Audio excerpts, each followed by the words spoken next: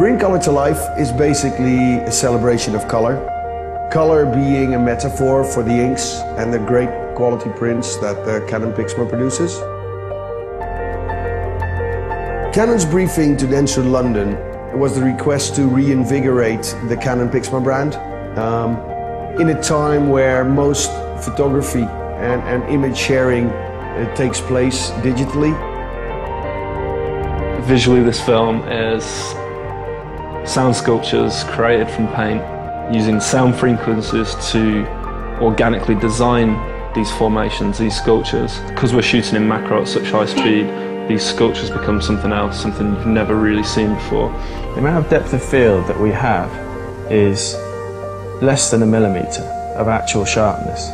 And if you've got this thing that's 4 or 5 feet in diameter, the technical challenge of getting that correct is massive, enormous. I have a huge range of colour combinations that I choose from.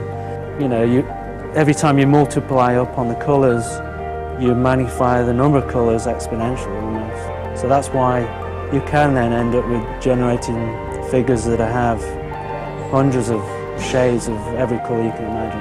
And this rig, which looked very similar to a time machine or something from NASA, as we were shooting at 5,400 frames a second, the revolution on the rotating platform had to be ridiculously fast to get a sense of movement. The way it works is that we wrap a membrane around a small speaker, we place paint on top of the membrane, we put some sound through the speaker, which goes through the membrane, which hits the paint and basically makes the paint jump up.